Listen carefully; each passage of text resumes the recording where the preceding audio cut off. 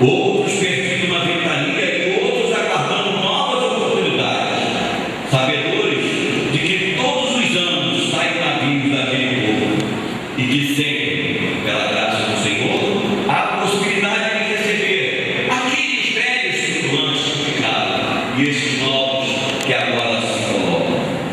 Já nós que chegamos ao porto considerado final, constatamos que o porto do conhecimento fica mais adiante, bem mais adiante. E agora, o que fazer? Lamentamos os que ficaram pelo caminho e alegramos com os que chegaram até aqui. É só olhar para os nossos irmãos que chegaram até aqui e verificamos o quanto foi importante para nós a convivência estreita e experimentada durante esta viagem.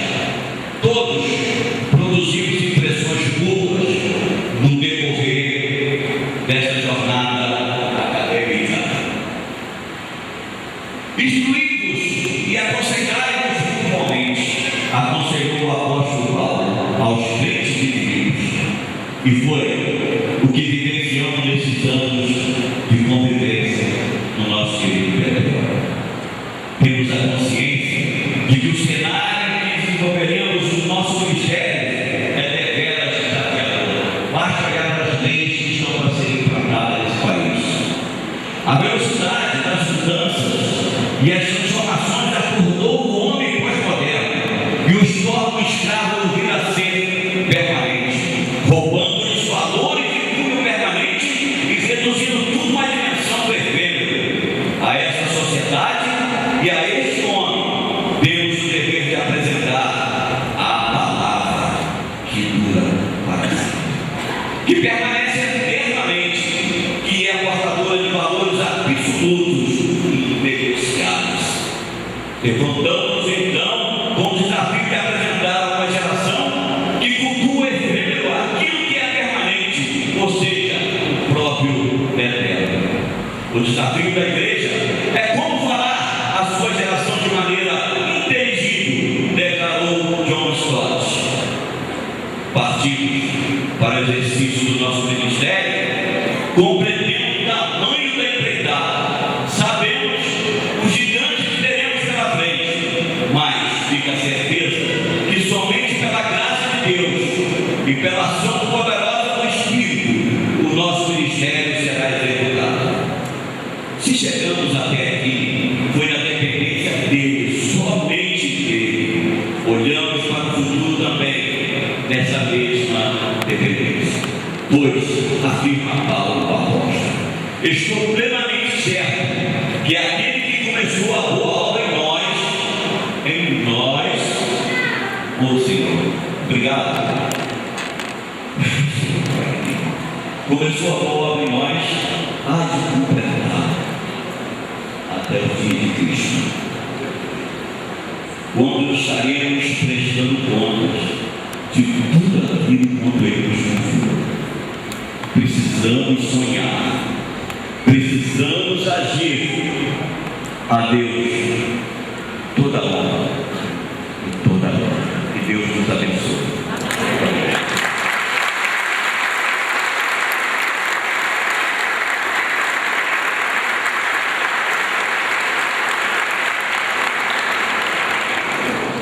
Vamos cantar no 160 do cantor cristão, quer contemplar esse radical do Senhor.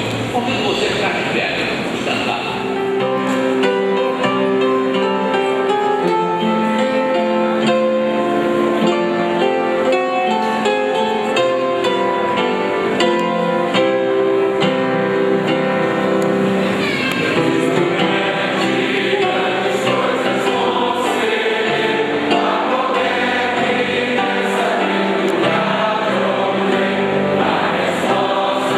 Senha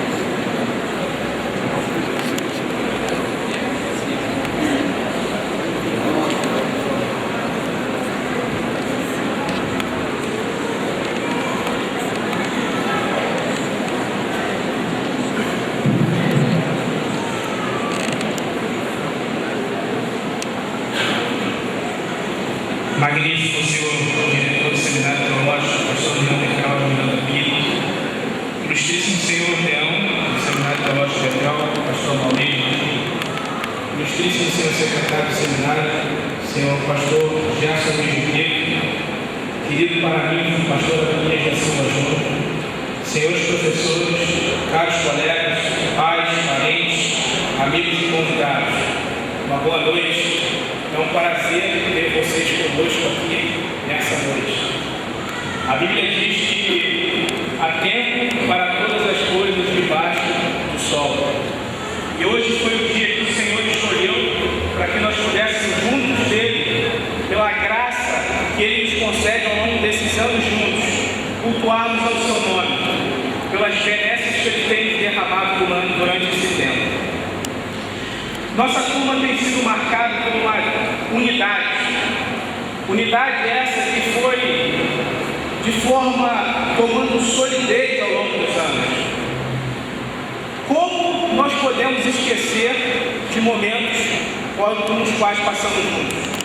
Como nos esquecer dos momentos em que juntos partilhávamos o pouco que tínhamos? Como nos esquecer dos momentos em que um de nós iria trancar a matrícula por não ter verba para pagar a continuidade do curso e os outros amigos partilhavam entre si a sua mensalidade? Como podemos esquecer dos momentos em que juntos não tínhamos nem como tomar um café e vinha um outro irmão e partilhava bondosamente essa bênção? Como podemos esquecer de momentos em que colegas tinham dificuldades com alguma matéria e outros prontamente se expunham e se dedicavam ao ensino desses? Como podemos esquecer momentos como esses? Como podemos esquecer das pessoas que ao longo de anos caminharam conosco e um mix de sentimentos tomou-nos durante estes anos? Como podemos esquecer desses sentimentos que se apoderou de nós durante esses anos? É impossível, eu diria. Cada um de nós levará dentro do seu coração a marca de ser referência. Cada um de nós levará dentro do seu peito a lembrança de momentos como esse. Cada um de nós no futuro, ao lembrarmos de o que passamos durante a temporada do Betel, tenho certeza que glorificará a Deus e lembrará das bondades do Senhor. Amém? É impossível esquecer este momento. Cada um de nós levará isso para sempre. Como também podemos esquecer das aulas, das capelas, dos momentos em que fomos confrontados por Deus naquele seminário? Como podemos nos esquecer? Como nos esquecer da piedade manifesta na vida do pastor Joel Américo, nos seus ensinamentos diários nas aulas de hebraico? Como podemos esquecer das aulas em que fomos confrontados pelo pastor Álvaro Trindade a uma vida de santidade, uma vida de devoção, uma vida de piedade? Como podemos nos esquecer disso? Como podemos nos esquecer da simplicidade do pastor Renato Maia ao ser indagado por algum aluno dizer: pode ser que sim, pode ser que você tenha razão. Gestos como esses jamais sairão da nossa lembrança. Como podemos nos esquecer disso? Como podemos nos esquecer do carinho do pastor Alexandre ao longo desses 4 anos no seu cuidado, no discipulado, em caminhar junto e andar junto? Como podemos nos esquecer disso? Como podemos nos esquecer da dedicação, do esforço, da erudição do pastor Henrique? É impossível nós nos esquecermos das tão maravilhosas aulas de teologia lá dentro. Como podemos nos esquecer? Como podemos nos esquecer do dia que estávamos todos aflitos, afadigados, cansados, abatidos, entramos em uma aula de antropologia que o pastor Valdemar abriu a Bíblia em 1 Timóteo capítulo 1 e nos lembrou da nossa vocação. Aquele dia praticamente todos nós saímos daquela aula chorando aos prantos, agradecendo a Deus por termos escolhidos como servos seus. Coisas como essa marcaram nossa trajetória no Betel. Como podemos nos esquecer da cantina, dos momentos juntos da cantina? Como podemos nos esquecer do cafezinho que tomávamos ali, baixamos o papo, trocávamos uma ideia? Como podemos esquecer da dedicação da Maria, da Zezé e dos outros tantos funcionários que existem ali naquela casa? Cada um de nós levará essas lembranças dentro do seu coração para toda a vida e para todo o ministério. E quando olharmos para trás,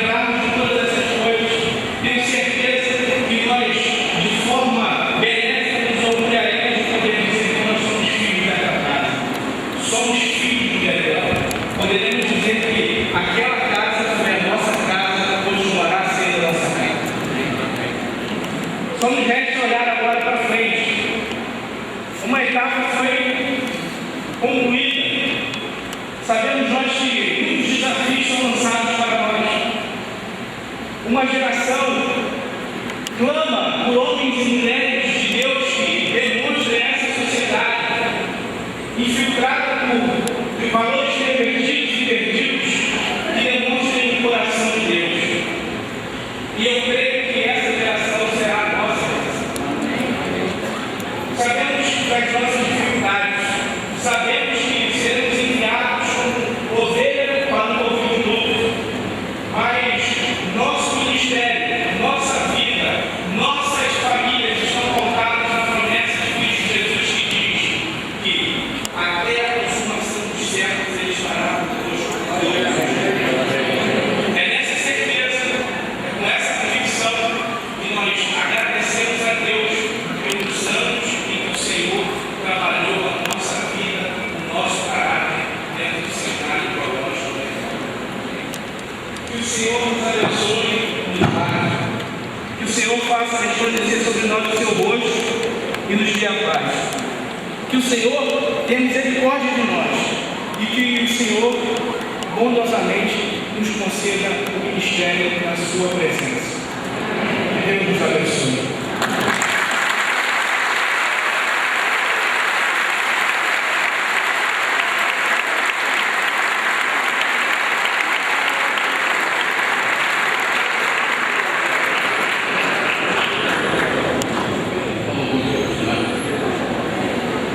Nós, professores, também às vezes não podemos esquecer de algumas notas.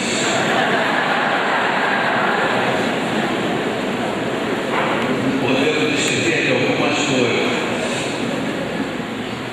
Tem um alívio, ele sabe que eu não posso me esquecer dele jamais. Ele veio até de colarinho clerical hoje. Eu jamais poderei me esquecer. Deus é muito bom, não é? Deus é muito bom. Da mesma maneira que muitos professores deixam marcas, os alunos marcam a gente também. A piedade de muitos alunos marca também a nossa vida. E muitos alunos têm marcado a vida de cada um de nós aqui de maneira tão rica e tão abençoadora. Deus abençoe muito vocês. O paralítico tinha se perdido.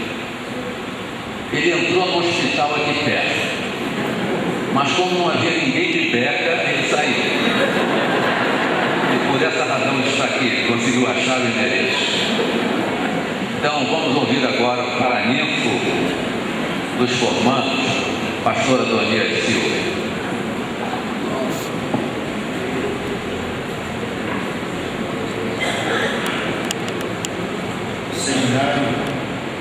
Nos ensina algumas coisas, e uma delas é que papo novo sempre toma picada de papo mais velho. Eu quero agradecer a Deus por aqui chegar. Quero agradecer a Deus pela vida de vocês, pela vida da família betelense, que ao longo desses anos tem usado a arte de ensinar para lapidar vidas e lançar no reino pessoas como vocês, que serão para sempre um canal desobstruído para que a mensagem genuína do Evangelho seja anunciada. Através disso, o Senhor da Igreja de Jesus continue recebendo muita glória. Amém? Eu confesso que, para mim, foi bastante difícil encontrar as palavras e colocá-las no papel nesse momento tão significativo para todos nós. E confesso que, embora sabendo que estaria aqui rodeado de grandes e admirados mestres, eu resisti à tentação de buscar nos tratados da teologia, até mesmo nos postulados da filosofia, inspiração para esse momento. E eu desci e o fiz com a ajuda de Deus. Por isso eu quero dizer a vocês que se formam Vocês não devem esperar neste momento palavras bonitas, nem mesmo um estilo macio, porque eu quero ser realista, mas acima de tudo fiel àquilo que o Senhor depositou na minha vida para que pudesse abençoar a vida de vocês. Nessa aula derradeira nossa, gostaria de utilizar o texto de Juízes, capítulo 18, versículo 3, texto que embasará a nossa aula nessa noite. Apenas o versículo 3 que diz assim: pois estando eles perto da casa de Mica, reconheceram a voz do mancebo levita e, dirigindo-se para lá, perguntaram-lhe: quem te trouxe para cá? O que fazes aqui? Por que estás aqui? Um dos grandes equívocos que permeia a mente de alguém que chega ao final ou conclui uma jornada acadêmica é acreditar que todos os desafios que acompanharam vocês no período do estudo, esses desafios deixarão de existir após esta solenidade. Esse é um dos grandes equívocos que todos os formandos incorrem quando acreditam que todos aqueles desafios que vocês tinham, agora vocês não terão mais. Nessa minha aula de derradeira, eu quero dizer a vocês que eu não posso me eximir da responsabilidade de dizer-lhes o quanto vocês, a partir desta data, serão desafiados no exercício do tão nobre ministério que o Senhor entregou a vocês. Embora fosse necessário, neste momento, dizer aos irmãos o contexto em que esse texto que lemos está, eu quero partir do pressuposto que todos os formandos conhecem a Bíblia, aliás, têm um profundo conhecimento no maior livro de consulta que nós temos, e eu quero apenas fazer 3 apontamentos no texto que nós temos. E o primeiro é quando eu olho para o texto e percebo que o ministério autêntico é um ministério que enfrenta muitos desafios. Talvez você não esteja conseguindo prestar atenção nesta aula derradeira, mas quando pegar o DVD, assista novamente essa aula. Os desafios da caminhada não terminaram. Vocês serão desafiados nessa nova etapa a se posicionarem como pessoas que desenvolvem um ministério autêntico. E, na minha opinião, o primeiro desafio do ministério autêntico está relacionado à primeira pergunta que esses 5 homens da tribo de Dan fazem a esse mancebo levita oriundo de Belém de Judá. Eles olham para o mancebo e dizem o seguinte: quem te trouxe para cá? Esse é o primeiro desafio que vocês sempre enfrentarão no exercício do ministério. Quem te trouxe para cá? Quem trouxe vocês para cá? A primeira pergunta que os 5 homens danitas fazem ao mancebo levita é: quem te trouxe para cá? E essa pergunta, sob a minha perspectiva, implica num desafio vocacional. É um desafio que todos nós enfrentamos, é um desafio que todos nós enfrentaremos, um desafio vocacional. Creiam numa coisa: creiam que em muitos momentos no exercício do ministério de vocês serão desafiados não apenas com palavras, mas acima de tudo com atitudes, mostrarem quem vocacionou vocês, quem trouxe vocês para cá. Lembro-me de que numa das aulas do seminário nós aprendemos que vocação não é algo que se conquista, vocação não é algo que se compra, vocação não é algo que se adquire, mas nós aprendemos que vocação é algo que se recebe. E vocês receberam uma vocação, aliás, vocês receberam uma vocação apesar de ser quem vocês são e apesar de fazer o que vocês fazem. Porque nessa relação da vocação e vocacionar, o que é vital, o que é fundamental, o que é essencial, é o quanto existe disponibilidade do vocacionado para a vocação que recebeu. Vocês serão constantemente desafiados a se posicionar vocês até aqui. Disponibilidade é a nossa palavra nessa hora. Vocação tem a ver com disponibilidade. Em um dos seus livros, Paul Maier, um dos mentores de John Maxwell, diz que disponibilidade é talvez você não saber para onde você vai, mas ter certeza de quem está conduzindo. E é justamente isso que aconteceu com Abraão. No momento em que ele foi desafiado e diz respeito à vocação, Abraão precisou se posicionar, ou Abraão precisou ter disponibilidade, apesar de desconhecer onde essa vocação o levaria. Isso é disponibilidade. Disponibilidade, segundo Paul Maier, é você em muitos momentos não saber para onde vai, mas ter certeza de quem está me levando. E lembro-me das palavras do grande missionário Hudson Taylor, quando diz que a obra de Deus, feita segundo a vontade de Deus, jamais terá falta dos recursos de Deus. Nunca negociem a vocação que receberam do Senhor. Escutem bem, nunca negociem a vocação que receberam do Senhor. Quando vocês forem desafiados a dizer quem trouxe os irmãos até aqui, nunca negociem posicionar-se afirmando que quem os trouxe até aqui foi o Senhor. Nunca negociem a vocação. Eu continuo acreditando que quem coloca ou retira um ovelho de uma igreja local é o Senhor da obra, é o Senhor do reino, é o dono da igreja chamado Jesus. Eu lamento que hoje esse conceito que para mim é expressão de verdade tenha se apagado na mente de muitos líderes religiosos. Nunca negociem a vocação que vocês receberam do Senhor.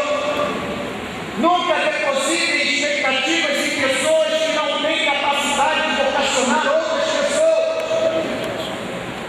Porque, como bem dizia Salvador da vida Cláudia de Miranda Filho, as mesmas pessoas que hoje lhe aplaudem são as mesmas pessoas que amanhã lhe atirarão pedras.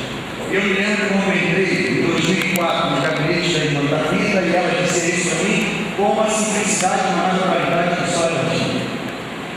E ela usava o texto de Lucas capítulo 4 e ela olhava para mim e dizia assim: meu filho, olha que coisa extraordinária. Deus poderia ter interrompido a narrativa, mas ele decidiu deixar tudo neste capítulo 4. Versículo 15, Jesus começa a ser exaltado, admirado, ovacionado.